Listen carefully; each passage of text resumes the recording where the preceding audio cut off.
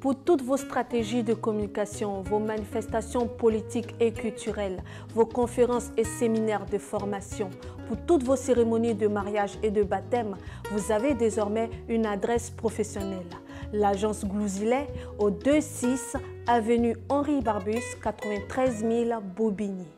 Un studio high-tech de 49 mètres carrés est mis à votre disposition avec du matériel moderne de production et de post-production.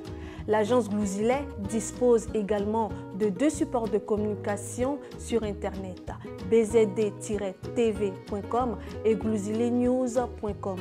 Pour plus d'informations, vous pouvez nous joindre au 09 19 588 881, 06 30 768 600, 06 65 381 367.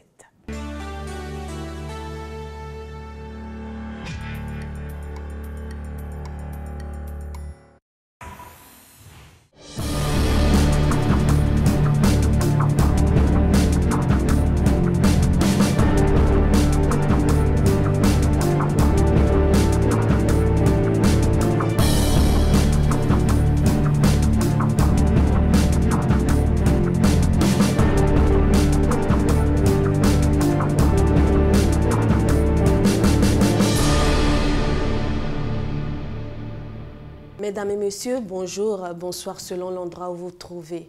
Pour ce numéro de Nouvelles de la Cité, nous recevons sur notre plateau Monsieur Kati Koulibaly Innocent, secrétaire général de l'association La Diaspora de la région de Hambol de la Côte d'Ivoire. Bonjour monsieur. Bonjour mesdames.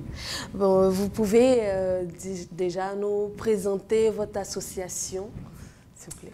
Mais avant de vous présenter l'association de la diaspora du Hambol, je voudrais vous remercier pour l'opportunité que la télévision Benzaoui offre à notre association de pouvoir se faire connaître davantage et de pouvoir s'adresser aux millions de téléspectateurs à travers le monde entier.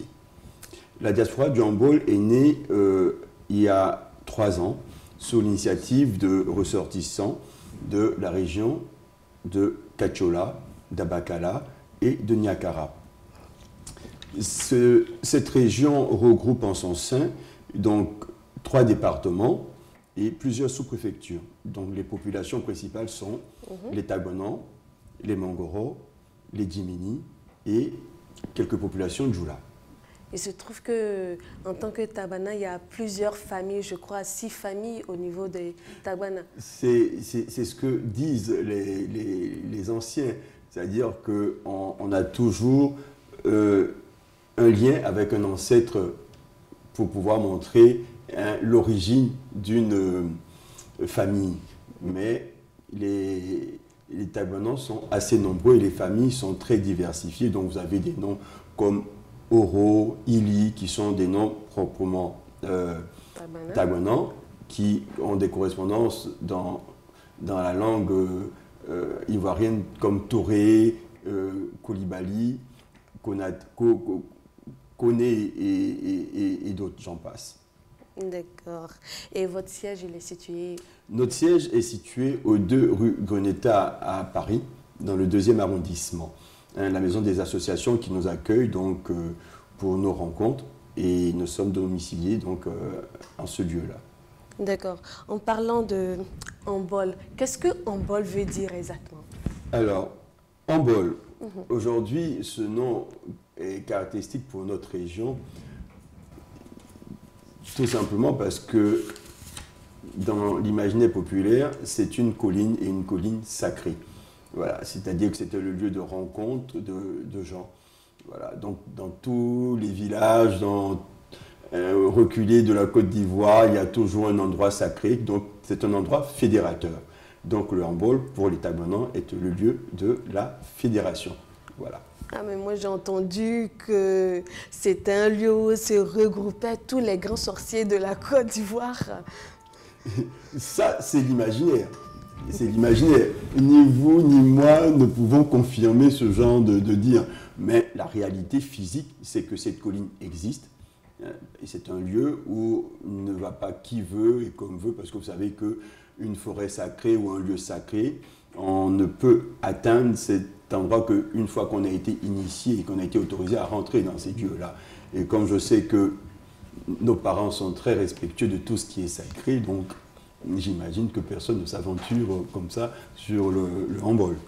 D'accord. Bon, pour votre association, est-ce que tout le monde peut être adhérent?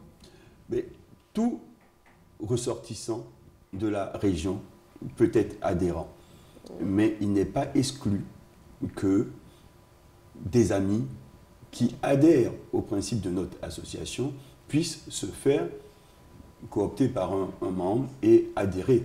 Il arrive que nous avons, par exemple, des sœurs ivoiriennes qui ne sont pas de la région, mais qui nous fréquentent et qui ont adhéré à cette association parce que tout simplement avaient envie de se retrouver dans une famille, dans une communauté où ils pouvaient partager cet élan de solidarité, de fraternité. C'est bien. C'est bien. Si je peux m'exprimer, donc du coup, est-ce que vous avez, comment je pourrais dire ça, quel est le fonctionnement même de votre association? Alors, notre association, elle est régie par la loi 1901 et donc elle a des statuts. Donc, il faut respecter donc, les statuts et les règlements intérieurs. Et donc, les principaux points sont d'abord de venir adhérer avec un esprit de liberté, mais de vérité et de franchise. Donc, accepter de respecter toutes les règles qui sont établies et qui ont été votées en assemblée générale. Et l'association est composée d'un bureau. Au sein du bureau, il y a une présidente ou un président et il y a des vice-présidents, un secrétariat général avec un adjoint, un trésorier général avec un adjoint et des commissaires aux comptes qui sont tous élus par l'Assemblée générale qui a lieu tous les 2 ans pour renouveler les organes donc, de l'association. Tous les 2 ans, mais vous avez été créé en 2013. Oui. Donc, depuis, c'est le premier mandat? Vous êtes encore au premier mandat le premier mandat est déjà passé. Donc, en juillet de cette année, nous avons dû organiser de nouvelles élections. Et c'est donc justement à l'occasion de ces élections que nous avons la nouvelle présidente, Madame Touré Kinyenton, donc, et qui a composé donc son bureau. Voilà, et j'en fais partie. Voilà. D'accord. Qu'est-ce que vous visez? Alors, le premier objectif, c'est d'abord de se retrouver. Nous sommes en terre étrangère et se retrouver en terre étrangère, parfois tout seul, on est gagné par la solitude, on est gagné par le désespoir. Et donc, la chaleur africaine et la chaleur de nos régions nous manquent. Et on s'est dit qu'il était approprié que nous puissions nous retrouver de temps en temps et donc de formaliser ces retrouvailles-là. Et c'est en ce sens que l'association a été mise sur pied. Donc, deuxième point, c'est la question de la solidarité. Venir en aide à ceux qui arrivent et qui sont dans des situations assez difficiles. Les aider à s'insérer dans le tissu social français. Troisième point, c'est de venir aussi en aide à ceux qui peuvent connaître des moments difficiles. Il peut arriver qu'il y ait un drame, donc parfois perte d'un membre de famille ou perte d'un enfant ou d'un parent, et donc on vient, on soutient donc le membre qui est dans cette difficulté, ou ça peut être un moment de joie. Nous avons eu un mariage il n'y a pas longtemps, et le 24 décembre prochain, nous avons encore une membre qui va se marier, et nous serons présents pour l'aider, pour la soutenir. C'est intéressant parce que moi j'ai entendu que les Tabanais étaient un peu individualistes. Ça, je pense que c'est une idée qui fait son chemin aujourd'hui. L'essence même du Tagbanan n'est pas quelqu'un qui vit replié sur lui-même. Le Tagbanan vit en famille, vit vraiment de manière communautaire. Il partage tout ce qu'il a aujourd'hui. Nous sommes gagnés aujourd'hui par le système de la mondialisation, comme dans tous les 4 coins du monde. Et donc, il va que dans l'esprit du profit, effectivement, les habitudes des gens changent. Voilà. Mais je vous dis, l'essence même du Taguanan, c'est quelqu'un qui vit de manière très solidaire. Je peux vous dire que même nous, aujourd'hui, moi qui suis d'une famille dont les parents, depuis 3 générations, ont fait des études, ont vécu en France et tout, nous restons très liés à la famille et parfois les décisions ne sont pas prises. Bien qu'on soit majeur, il peut y avoir la décision prise par le chef de famille.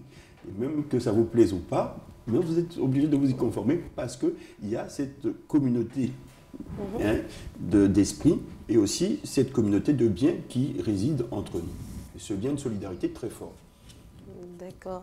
Bon, d'accord. On va revenir peut-être sur l'association. Oui. Quels sont vos projets, nos projets à court et à long terme? Les projets immédiats, nous avons déjà commencé à venir en aide à nos parents. Vous savez que dans notre système africain, il n'y a pas d'assurance vie. Nos parents, ce n'est pas quelque chose qui est en vogue dans nos habitudes. Contrairement au monde occidental où les parents ont une assurance vie et que les enfants les éduquent et une fois qu'ils ont le bac ou une fois qu'ils sont entrés à la fac, ils se prennent en charge. Chez nous, ce n'est pas le cas. Et nos parents investissent dans nos études pour que demain, quand nous avons une situation, quand nous devenons des gens responsables, nous puissions leur venir en aide. Nous sommes donc en quelque sorte l'assurance vie de nos parents. C'est clair. Le fait que nous soyons à l'étranger ne nous amène pas à nous couper de nos parents. Au contraire, cela doit nous emmener davantage à leur venir en aide. Mais nous ne restons pas qu'au niveau de la famille mononucléaire, donc la petite cellule familiale, père, mère, oncle, tante, mais nous voyons plus loin. Donc justement, l'horizon de Diaspora du Humboldt, c'est de construire des ponts entre les différentes cités de la région, de mettre en place des infrastructures avec le soutien des responsables politiques administratifs ou les élus, afin que les conditions de vie de nos parents restés là-bas s'améliorent, que ce soit sur le plan de l'éducation, de la santé, sur le plan socio-culturel, qui est un apport de la diaspora afin de participer au développement de la région et du pays tout entier. Mais du coup, quelles sont vos dernières réalisations, si je peux Alors, dire nous avons ça. commencé déjà depuis plus d'1 an à offrir des bons de classe dans certaines cités, Kachola, Tabakala qui doit recevoir, Niakara. Et nous pensons maintenant mettre en place donc des médiathèques. Des médiathèques parce que nous sommes à l'heure du numérique. Et aujourd'hui, il est plus aisé pour des enfants de faire des études dans de très bonnes conditions, de faire leurs recherches et leurs travaux. Et donc nous sommes en lien avec donc, les mairies et les conseils généraux en vue de trouver des espaces pour que nous puissions installer pour nos jeunes des centres de médiathèques où ils pourront venir faire leurs recherches, pouvoir lire, parce que nous avons des livres qui nous sont donnés par des amis, par des associations. Nous avons du matériel que nous voulons mettre à disposition de nos parents. Et dans un prochain avenir, nous voulons aussi intervenir au plan médical. L'hôpital régional de Kachola est un hôpital dépassé, nous l'avons vu, il date des années début de l'indépendance. Aujourd'hui, avec toute la population qui croît, nous pensons qu'il est important qu'un effort soit fait par tous pour que nous ayons les meilleures conditions de santé après avoir eu de très bonnes conditions d'éducation. C'est bien.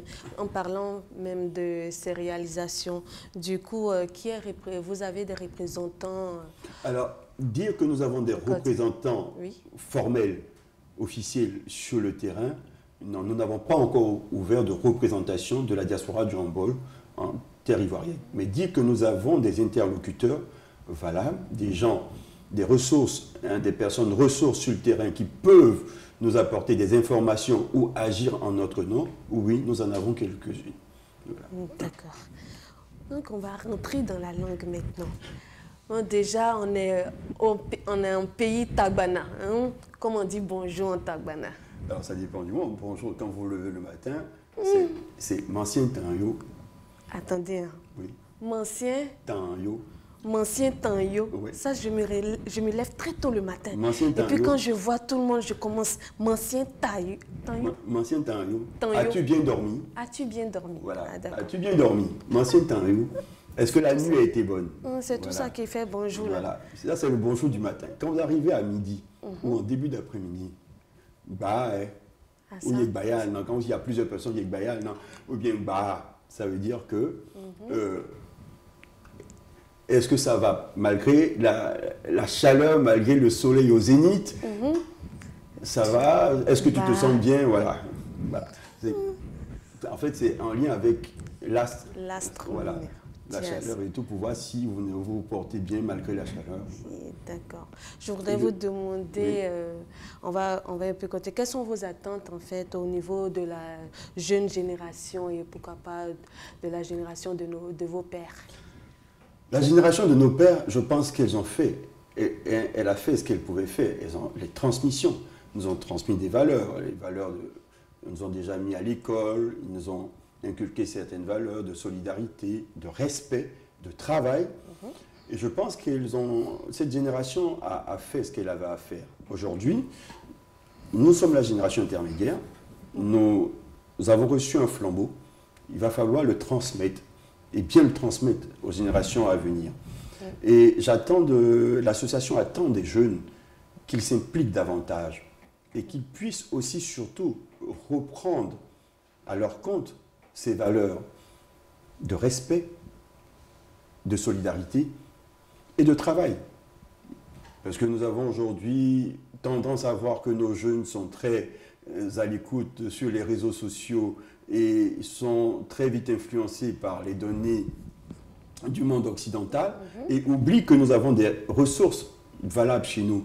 Donc, il va falloir se mettre au travail, accepter de retrousser les manches et puis savoir que ce n'est pas la mécanisation qui fait tout. La mécanisation des cultures, ce n'est pas ce qui fait tout. Il faut apprendre à travailler la terre. Nous avons d'abord cette richesse-là, la terre, la mettre en valeur. Voilà. Il faut faire de telle sorte que le slogan que nous avons connu à l'époque de nos parents, la réussite de ce pays repose sur l'agriculture, ne soit pas un vain slogan, mais que nous puissions aujourd'hui continuer à travailler dans ces sillons-là qui ont été déjà tracés. Donc, permettre aux jeunes de savoir que même quand on a la tête bien faite, qu'on est allé dans les meilleures universités, il ne s'agit pas de venir et de manquer de respect aux anciens, mais c'est de savoir écouter les anciens, de voir quelles sont leurs préoccupations. De parler la langue aussi. De parler la langue et de se mettre au travail pour la région, non pas pour soi uniquement.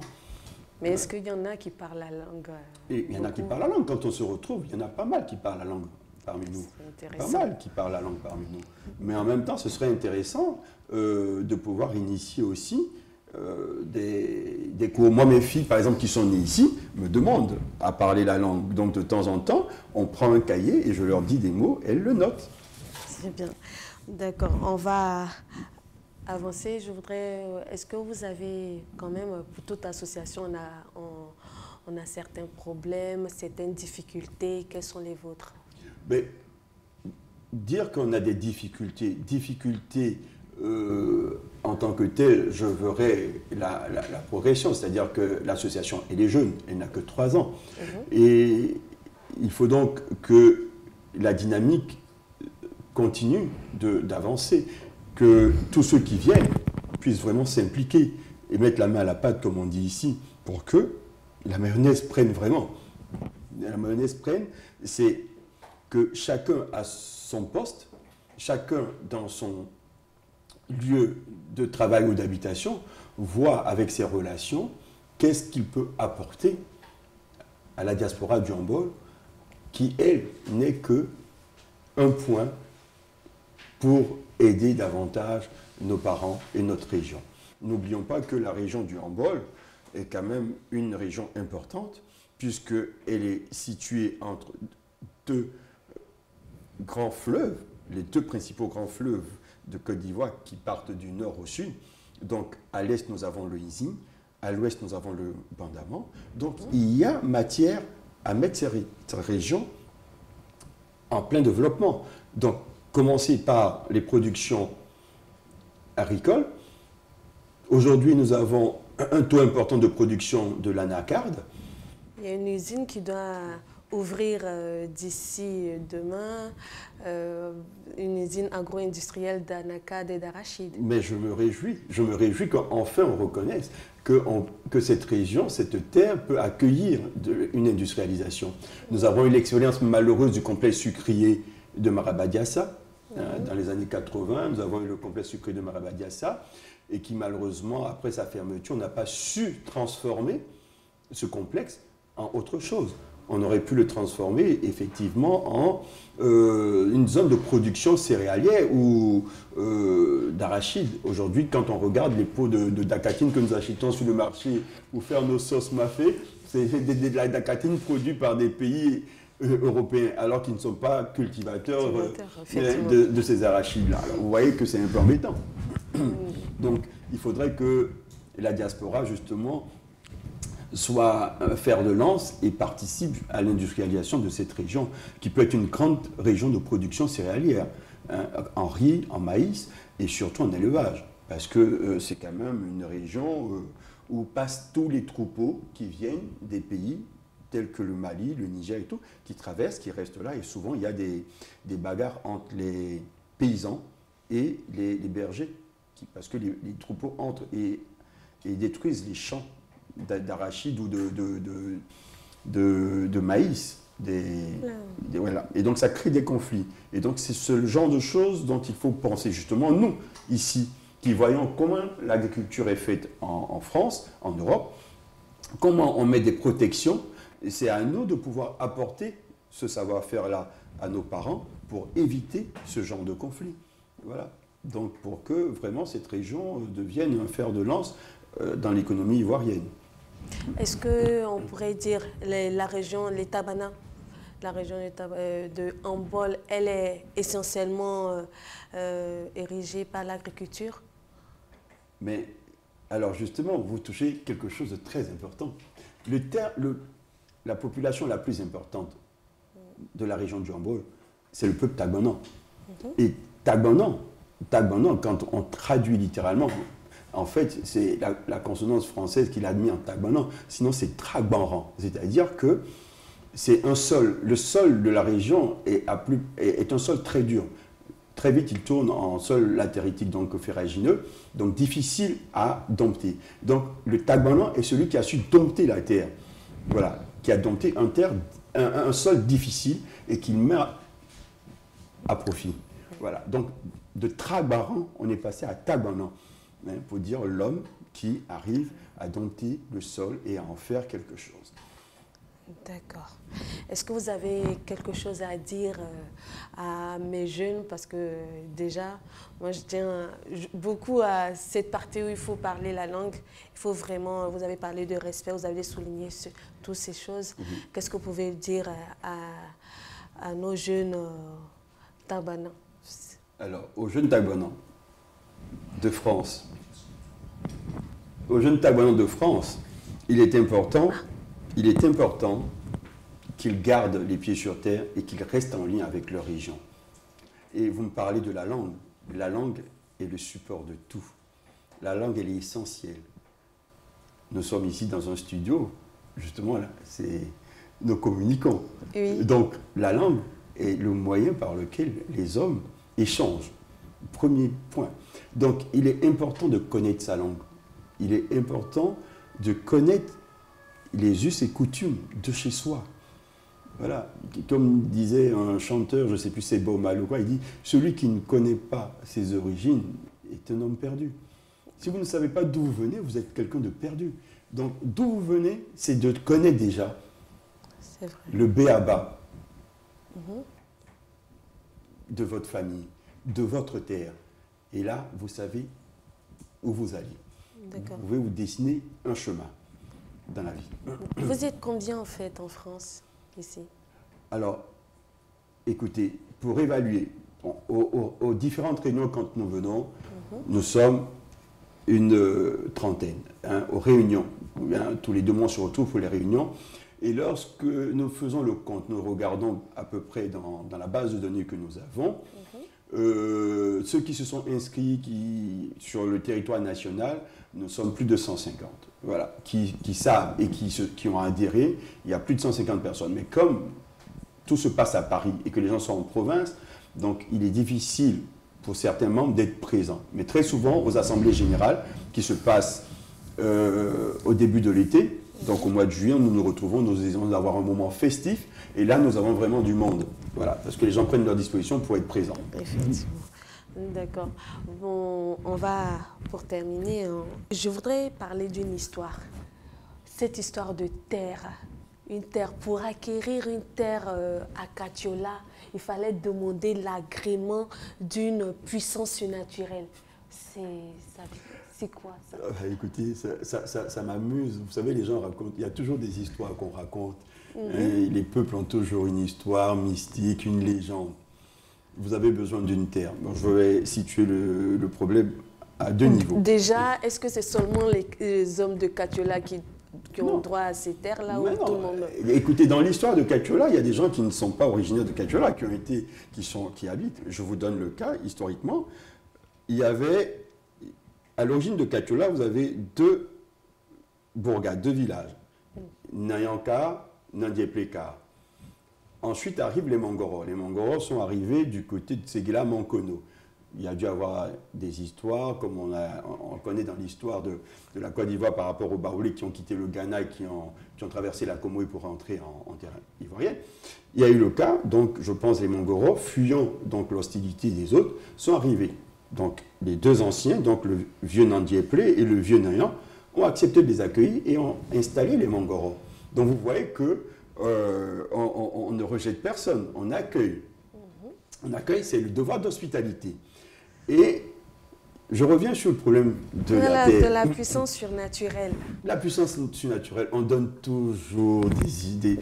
Je pense, à mon fond intérieur, que c'est peut-être pour éloigner les gens. Les gens qui ont peut-être un appétit vorace pour pouvoir récupérer les terres. Vous savez qu'aujourd'hui, nous ne sommes pas à l'abri de gens qui viennent s'installer, prendre les terres, ou les grandes puissances qui viennent s'installer, qui prennent des terres, les grandes entreprises et tout. Je pense que c'est une façon de mettre un frein peut-être à cela. Sinon, vous arrivez à Katiola, vous avez de tout. Vous avez des gens de toute la Côte d'Ivoire qui sont installés, qui ont construit ou qui ont acheté des maisons. Oui, donc il n'y a pas de souci. Si aujourd'hui, vous serez la bienvenue à Katiola, vous faites une demande au maire. Monsieur Camara, vous lui dites, voilà, je suis ivoirienne, je vis en France, j'aimerais acheter un terrain et construire à Katiola parce que c'est une cité qui me plaît. J'aimerais bien. Je pense que monsieur Camara se fera fort de répondre à votre sollicitation et de donner à la commission d'attribution de l'eau. Maintenant, si vous voulez faire de l'agriculture, vous allez sûrement aller rencontrer des chefs de village à qui vous allez demander des terres. Mais sachez que la loi ivoirienne aujourd'hui n'autorise plus la vente de terrains ruraux. Vous pouvez juste avoir des terres en usufruit, c'est-à-dire que vous pouvez les utiliser ou les louer, mais plus les acheter. Voilà, la loi ivoirienne ne permet plus qu'on vende les terres aux gens. Voilà.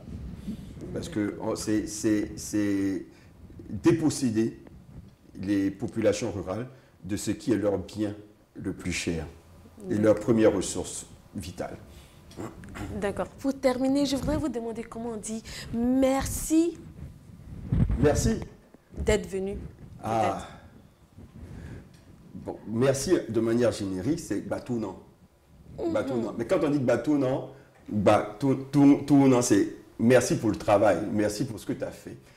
Par exemple, si vous m'avez fait un bien hier, si demain je reviens ici, je dirais à monsieur le président de la Benzaoui TV, Bayara. C'est-à-dire, merci pour hier, pour le bien que vous m'avez fait hier, de m'avoir donné l'opportunité de m'adresser à des millions de téléspectateurs. Vous voyez? Et puis, ça dépend des situations. Mais le terme générique, c'est Batounan ou Bakmouana. Merci pour le bien que vous m'avez fait. Bakmouana. Bakoumana. Bakmouana, voilà. Mais et d'être venu, parce que moi, je vais vous dire merci en tabana. Alors là, le fait que vous m'avez fait venir pour parler, pour l'expression, vous voyez, me dire Bayou Monan.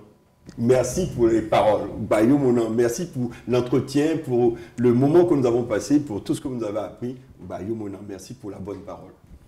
Bayou Monan, alors, merci pour la bonne parole. Ou bien vous avez quelque chose à dire d'intéressant? Je voudrais juste lancer un appel donc, à tous les membres de la région du handball qui sont quelque part en France ou autour de la France, dans un autre pays. Bruxelles n'est pas loin, Londres n'est pas loin.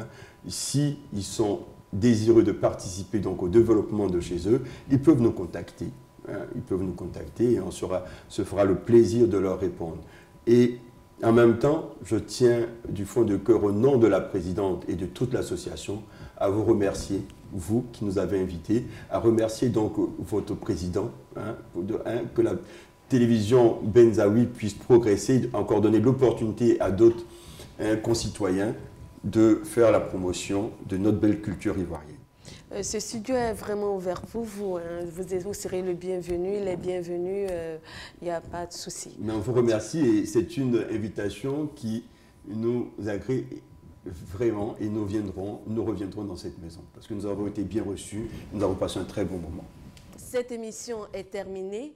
Nous allons nous quitter sur ces belles paroles de M. Kati Koulibaly Innocent.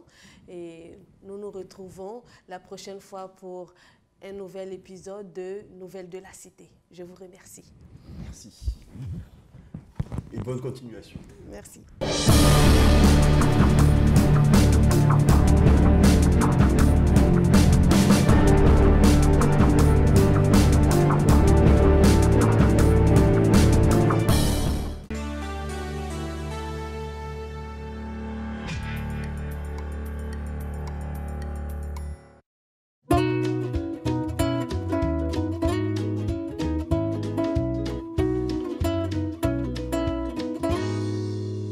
Pour toutes vos stratégies de communication, vos manifestations politiques et culturelles, vos conférences et séminaires de formation, pour toutes vos cérémonies de mariage et de baptême, vous avez désormais une adresse professionnelle. L'agence Glouzilet au 26 avenue Henri Barbus, 93 000 Bobigny. Un studio high-tech de 49 mètres carrés est mis à votre disposition avec du matériel moderne de production et de post-production. L'agence Glouzilet dispose également de 2 supports de communication sur Internet, bzd-tv.com et glouziletnews.com. Pour plus d'informations, vous pouvez nous joindre au 09 19 588 881, 06 30 768 600, 06 65 381 367.